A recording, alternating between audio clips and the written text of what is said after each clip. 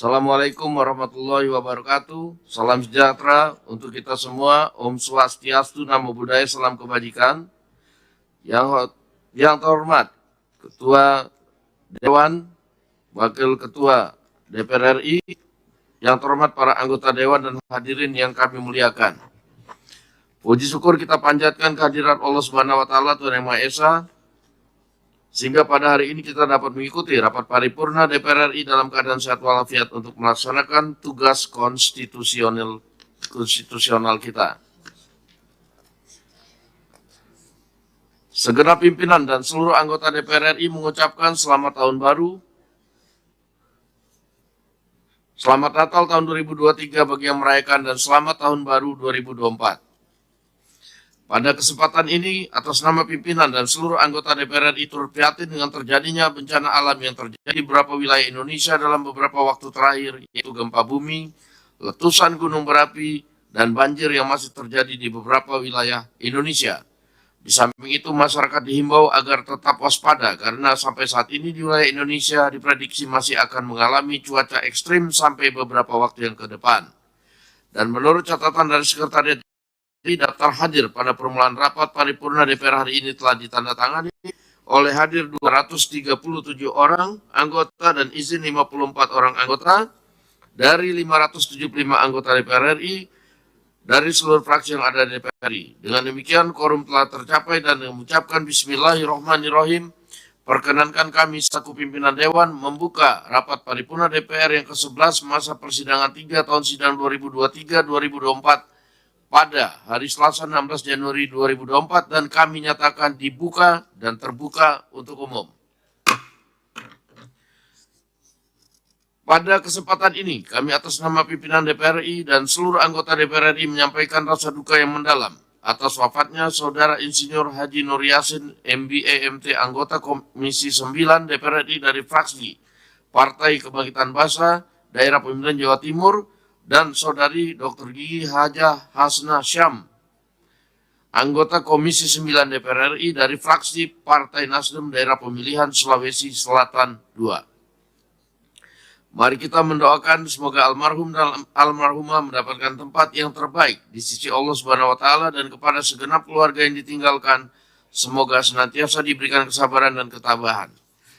Sesuai dengan hasil keputusan rapat konsultasi pengganti rapat Badan Musyawarah DPR RI antara pimpinan DPR dan pimpinan fraksi-fraksi tanggal 8 November 2023, acara rapat paripurna hari ini adalah pidato Ketua DPR RI pada pembukaan masa persidangan 3 tahun sidang 2023-2024. Apakah acara rapat dapat disetujui? Baik, terima kasih. Yang terhormat para anggota Dewan dan hadirin yang kami muliakan, marilah kita memasuki acara tunggal rapat paripurna Dewan pada hari ini, yaitu pidato Ketua DPR RI pada pembukaan masa persidangan 3 tahun sidang 2023-2024. Untuk itu kami persilakan kepada Ibu Ketua DPR RI untuk membacakan pidato Ketua DPR RI pada pembukaan masa persidangan 3 tahun sidang 2023-2024 di atas podium. Waktu kami persilakan.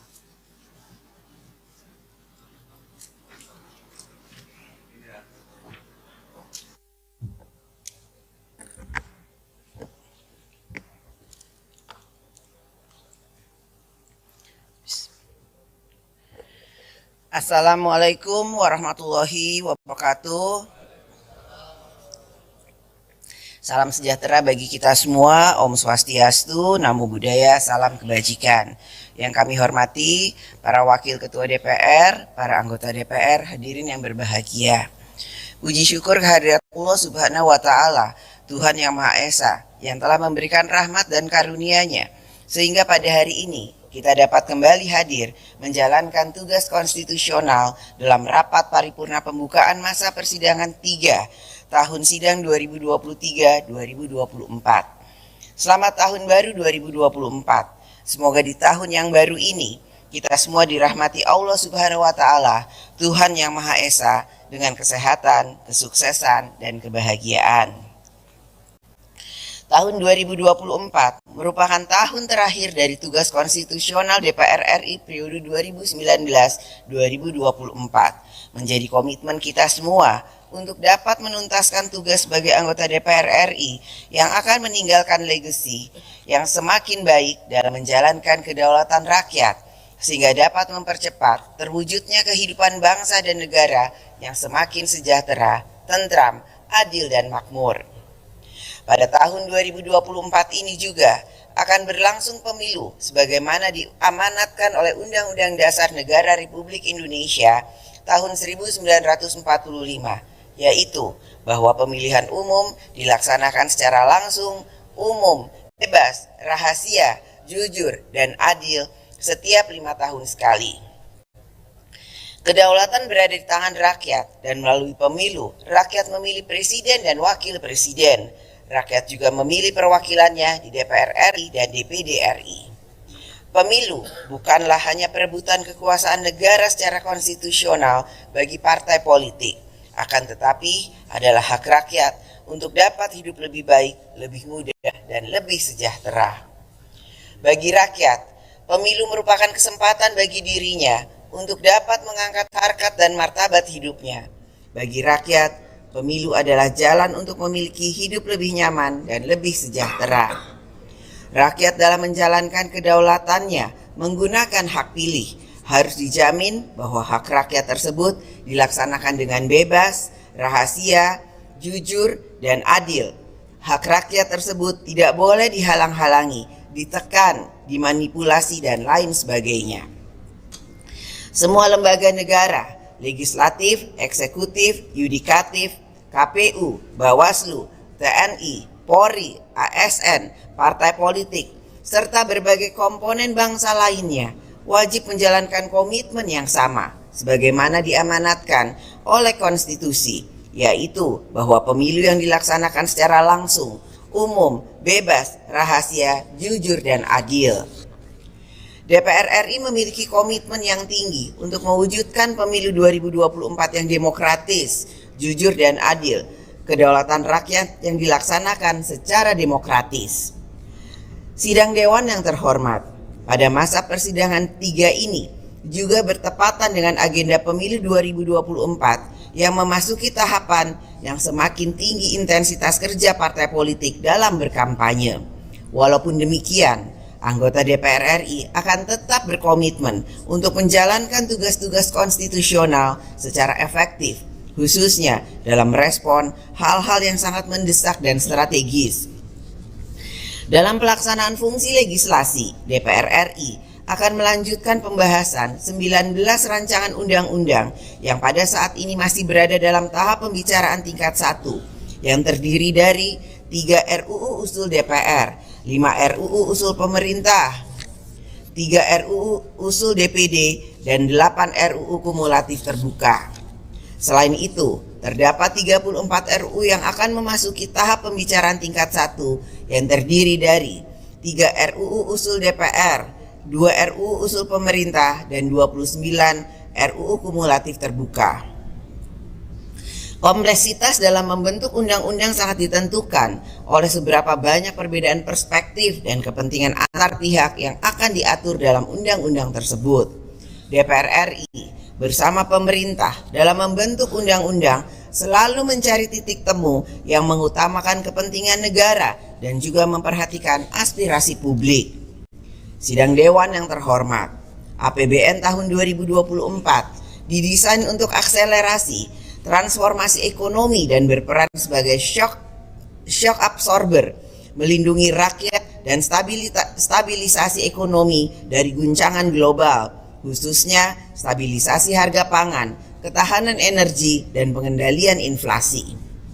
APBN menuntaskan agenda pembangunan yang fokus dalam human capital, physical capital, natural capital, dan institutional reform. APBN juga menjadi instrumen untuk kesejahteraan rakyat dalam hal penurunan kemiskinan ekstrim, penanganan stunting, dan mengatasi kesenjangan. DPR RI akan terus mengawasi pelaksanaan kebijakan fiskal tahun 2024 agar dapat menjadi instrumen yang efektif dalam menyejahterakan rakyat. Pemerintah harus tertib dan disiplin dalam menjalankan APBN tahun 2024. Penggunaan anggaran secara disiplin, teliti, dan tepat sasaran. pemerintah harus mengedepankan transparansi dan akuntabilitas dan tidak membuka celah penyalahgunaan anggaran, merealisasikan anggaran secepatnya, serta menyiapkan antisipasi ketidakpastian. Penyesuaian program dan alokasi anggaran dalam APBN tahun 2024 yang sedang berjalan harus sesuai dengan mekanisme, syarat, dan ketentuan yang telah diatur dalam Undang-Undang APBN tahun 2024. Bagaimanapun, APBN adalah uang rakyat, sehingga penggunaannya harus memenuhi prinsip transparansi, akuntabilitas, dan kepatuhan peraturan perundang-undangan. Sidang Dewan yang terhormat, DPR RI melalui alat kelengkapan Dewan pada masa persidangan 3 ini akan memastikan bahwa regulasi kinerja kelembagaan, kinerja program, serta pengelolaan anggaran berjalan efektif, tepat sasaran, dan akuntabel. Fungsi pengawasan DPR RI akan diarahkan pada berbagai isu, permasalahan, dan pelaksanaan undang-undang di berbagai bidang yang menjadi tugas dari setiap alat kelengkapan Dewan, serta hal-hal yang jadi perhatian luas dari rakyat. DPR RI melalui alat kelengkapan Dewan terkait akan memastikan penyelenggaraan pemilu tahun 2024 yang demokratis dan yang dapat menjamin hak rakyat menjalankan kedaulatannya. Sidang Dewan yang terhormat, sebagai upaya dalam berdiplomasi untuk meningkatkan hubungan kerjasama antar parlemen, pada masa persidangan ini, DPR RI akan menghadiri serangkaian kegiatan diplomasi parlemen, antara lain sidang ASEAN Parliamentary Assembly (APA), ASEAN Interparliamentary Assembly atau AIPA, serta Parliamentary Union of the OIC atau PUIC. DPR RI juga akan mengundang parlemen dari negara-negara sahabat untuk mengamati serta meninjau pelaksanaan pemilu di Indonesia. Serangkaian kegiatan diplomasi tersebut akan meningkatkan kerjasama antar negara dalam menyikapi berbagai masalah global, serta memperkuat posisi politik luar negeri di Indonesia. Sidang Dewan yang terhormat, demikianlah pokok-pokok kegiatan yang akan dilakukan DPR RI pada masa persidangan 3 dan berbagai hal yang menjadi perhatian DPR RI.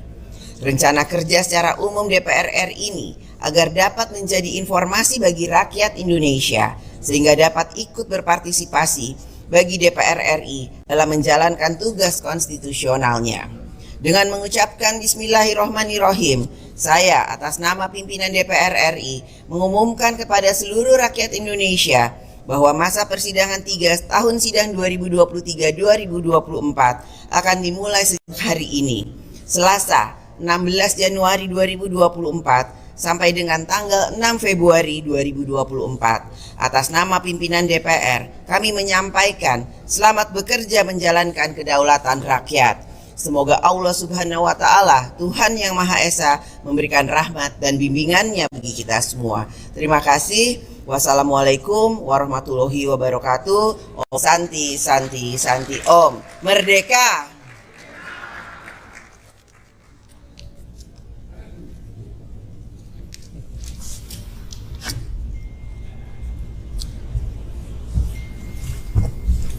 Interupsi Ketua. Terima kasih kepada Ibu Ketua DPR yang telah membacakan pidato pembukaannya. Ya, interupsi Pak Herman Hairon, silakan sebelum saya tutup. Terima kasih Ketua dan seluruh Wakil Ketua yang saya hormati. Herman Hairon, A544, Daerah Pemilihan Jawa Barat 8, Cirebon dan Indramayu. Bapak Ibu sekalian, sidang Dewan yang terhormat. Ada dua hal yang saya ingin tanyakan dan memperjelas informasi terkait dengan kelanjutan revisi undang-undang. Saya banyak mengunjungi desa-desa tentu dalam menjelang pemilu ini. Satu hal yang ditanya, bagaimana kelanjutan undang-undang desa yang tentu sudah diputuskan di paripurna DPR. Dan ini patut menurut saya diinformasikan kepada publik bahwa sesungguhnya tidak ada hal-hal yang tentu ini menghambat terhadap revisi Undang-Undang Desa. Para kepala desa sampai hari ini belum mendapatkan kepastian terkait dengan tuntutannya tersebut. Oleh karena itu, saya mohon pimpinan dapat menjelaskan terkait dengan keberlanjutan Undang-Undang Desa tersebut. Yang kedua, kebetulan saya di Komisi 6, hal yang tentu juga menjadi pertanyaan kami di komisi, sejak diputuskan sebagai usul inisiatif dalam paripurna, rancangan Undang-Undang BUMN sampai hari ini belum ada kejelasan. Oleh karenanya, kami sudah membahas berbulan-bulan dan tentu hal-hal yang ini penting untuk kemajuan bangsa dan negara dalam perspektif badan usaha milik negara. Kami sudah rumuskan betul di sana, namun sampai hari ini juga belum ada kabar beritanya. Oleh karena itu, pimpinan, kami mohon dua hal tersebut dapat dijelaskan, dan ini penting bagi semua yang berkepentingan mengetahui terkait dengan perkembangannya. Terima kasih. Assalamualaikum warahmatullahi wabarakatuh. Baik, terima kasih Pak Herman Hairon. Khusus tentang revisi Undang-Undang Desa, kita sama-sama tahu bahwa para kepala desa ini kemudian memang aktif untuk meminta revisi dilakukan di DPR RI. Namun karena menjelang tahun politik, kita tidak mau bahwa revisi Undang-Undang Desa itu kemudian diuntungkan kepada satu atau dua parpol saja di parlemen ini. Nah, sehingga dalam masa sidang ini kami memberikan kesempatan kepada para organisasi kepala desa itu untuk muter kepada seluruh fraksi untuk meyakinkan bahwa perlunya undang-undang desa ini direvisi dan bermanfaat untuk para kepala desa dan rakyat banyak. Nah, oleh karena itu, dalam masa sidang yang pendek ini kami mempersilakan pada fraksi-fraksi untuk membuka pintu kepada organisasi-organisasi kepala desa untuk mereka dapat bersilaturahmi dan meyakinkan para ketua-ketua fraksi dan anggotanya agar revisi ini bisa berjalan dengan lancar di DPR RI. Demikian, terima kasih. Kalau untuk Undang-Undang BUMN nanti kita akan ada rapat dengan ketua-ketua fraksi, nanti akan disampaikan di situ. Terima kasih. Lanjut untuk interupsi yang kedua. Assalamualaikum warahmatullahi wabarakatuh. Johan Rosihan, A451, Dapil NTB 1, Pulau Sumbawa. Bu Ketua, para pimpinan yang saya hormati beserta seluruh anggota DPR RI, setiap perbincangan kita dalam pembahasan awal APBN kemarin, bahkan sampai hari ini, pimpinan masih bicara soal cuaca ekstrim. Selalu saja El Nino itu menjadi alasan kita dalam menentukan anggaran yang kita tetapkan pada APBN kemarin. Hari ini itu kejadian. Kita semua baru selesai reses, terutama di dapil saya di sepanjang Pulau Sumbawa itu, hari ini para petani kita sedang dalam masa kekhawatiran yang begitu tinggi akibat gagal tanam.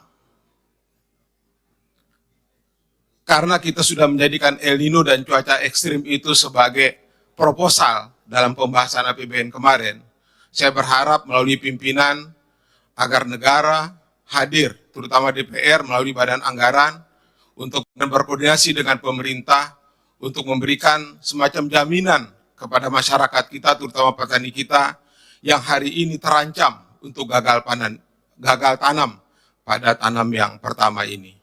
Karena itu pimpinan, saya berharap sekali lagi agar mengkoordinasikan hal ini, dan sekali lagi berikan kepastian kepada masyarakat, agar masyarakat petani kita kemudian bisa tenang dan bisa menghadapi pemilu ini dengan riang gembira. Assalamualaikum warahmatullahi wabarakatuh. Baik, waalaikumsalam. Aspirasinya nanti kita teruskan. Lanjut, interupsi. Baik, terima kasih pimpinan. Saya Sukamta, fraksi PKS Dapil Daerah Istimewa Yogyakarta. Bu Ketua dan para pimpinan semoga sehat selalu dan sukses. Hari ini memasuki hari ke-100 invasi Israel ke Gaza, Palestina. Yang terjadi adalah upaya genosida, penghapusan bangsa Palestina dari wilayah seluruh Palestina.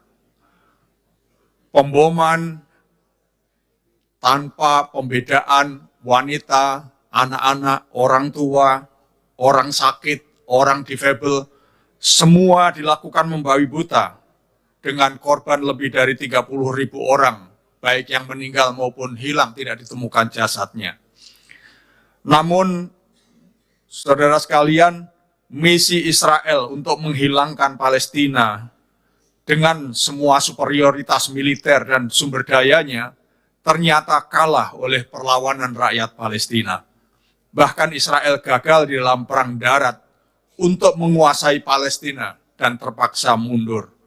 Israel hanya bisa menyerang Palestina dengan melakukan pemboman terhadap bangunan dan rakyat Palestina melalui serangan udara dengan menjatuhkan puluhan ribu bom.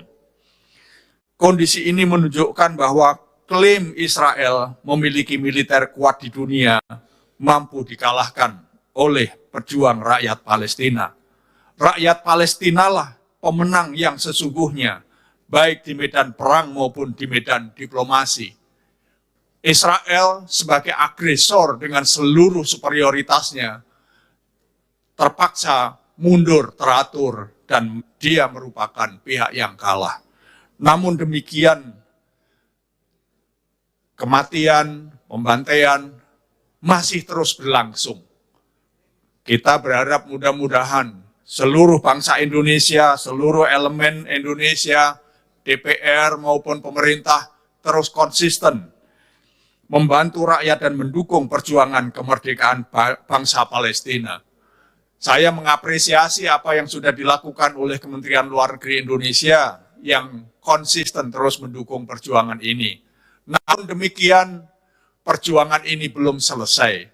Israel masih terus melakukan pemboman dan pembantaian. Genosida tidak berhenti. Hari ini Afrika Selatan menyeret Israel sebagai penjahat perang di International Criminal Justice, di ICC, di Den Haag. Kita berharap Indonesia walaupun tidak bisa memberikan dukungan ikut menggugat, Indonesia dengan berbagai jalan mohon supaya bisa terus membawa Israel pertanggungjawaban dan akuntabilitas atas apa yang dikerjakan, seluruh kriminal yang sudah dikerjakan. Mudah-mudahan perjuangan ini terus berjalan dan Indonesia sebagai salah satu negara yang terus konsisten untuk mendukung perjuangan rakyat Palestina ini. Dan saya berharap pimpinan DPR, kita sebagai institusi DPR bisa mengeluarkan sebuah surat untuk diedarkan kepada seluruh kedutaan asing yang ada di Jakarta untuk mendukung perjuangan bangsa Palestina agar merdeka dan untuk menghentikan genosida yang dilakukan oleh Israel. Kalau pimpinan DPR setuju dan kita bisa melakukan, mengirimkan surat itu, ini akan menjadi presiden yang sangat luar biasa bagi DPR. Terima kasih pimpinan. Assalamualaikum warahmatullahi wabarakatuh. Terima kasih Pak Sukamta atas interupsinya. Masih ada lagi? Yang terakhir silakan. Terima kasih pimpinan. Assalamualaikum warahmatullahi wabarakatuh. Saya Syahrul Aidi, Mazat LCMA, A418, fraksi PKS Dapil Riau II, Ketua Grup Kerjasama Bilateral Indonesia-Palestina. Sebagaimana yang sudah disampaikan oleh saudara kami Bapak Sukamta tadi, melanjutkan tentu mengapresiasi Kementerian Luar Negeri yang memberikan dukungan kepada Afrika Selatan yang membawa Israel ke Mahkamah Internasional untuk dijadikan sebagai penjahat perang. Dalam konferensi Parlemen OKI yang dilaksanakan 10 Januari kemarin, kita Parlemen Indonesia, delegasi Indonesia sudah memberikan beberapa catatan, di antaranya agar kita menghimbau kepada negara-negara OKI untuk mengenyampingkan Israel dalam segala keikutsertaan dalam lembaga-lembaga internasional. Kemudian, alhamdulillah kita juga menyampaikan Indonesia sebagai negara yang menolak penjajahan dan mendukung kemerdekaan Palestina, selalu memberikan dukungan dan memberikan catatan agar menghapus lembaga atau organisasi perjuangan Palestina itu dalam daftar organisasi teroris yang dibuat oleh beberapa negara. Kemudian pimpinan yang saya hormati, mudah-mudahan baik itu lembaga legislatif, parlemen, agar selalu menyuarakan kemerdekaan Palestina dan memberikan dukungan atas kemerdekaan Palestina. Dan agar juga pemerintah meningkatkan peran aktifnya untuk memberikan dukungan terhadap kemerdekaan Palestina. Kita berharap tidak hanya sampai pada Menteri Luar Negeri saja. Presiden sebagai Panglima diplomasi Indonesia agar bisa menyuarakan ini di tingkat global atau internasional. Mudah-mudahan rakyat Palestina bisa mendapatkan kemerdekaannya. Terima kasih. Assalamualaikum warahmatullahi wabarakatuh. Baik, terima kasih. Dan dengan demikian selesai acara rapat kita pada hari ini, dan dengan izin sidang dewan, maka perkenankan kami menutup rapat paripurna dan mengucapkan alhamdulillahirabbil alamin. Wassalamualaikum warahmatullahi wabarakatuh. Om Santi Santi, Om Namo Buddhaya. Salam kebajikan.